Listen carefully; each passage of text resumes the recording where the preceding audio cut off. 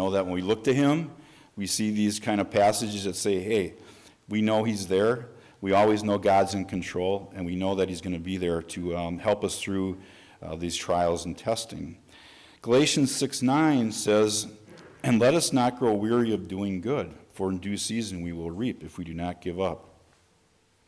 You know, one of the things I found interesting that I read, it said a lot of times people, you know, when they're trying to go through a success or persevere, they stop at the 1 yard line and they give up.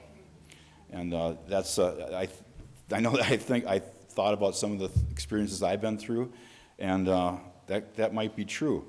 You know, and I think one other brother shared with me a couple weeks ago that, you know, when you have a trial or a testing and perseverance is involved, it's always easy to try to avoid the trial, isn't it? It's like this trial comes up, and the first thing we think about is, how can I get around this the easiest way? And I don't think that's what God wants us to do. I think God wants us to put our heads down, and he wants us to persevere and plow through those opportunities, because we're going to see what that does for us a little bit later on. 2 Thessalonians 3:13 says, and as for you, brothers and sisters, never tire of doing what is good.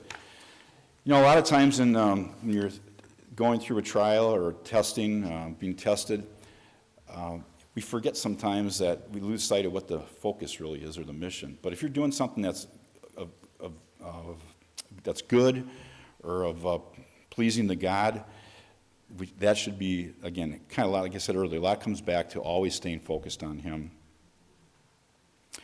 And then, of course, one of our favorite verses for a lot of us, when we go to the book of Corinthians, 1 Corinthians 13:7, it says that love bears all things, believes all things, hopes all things, and the last part of this says it endures all things. So we need to do that.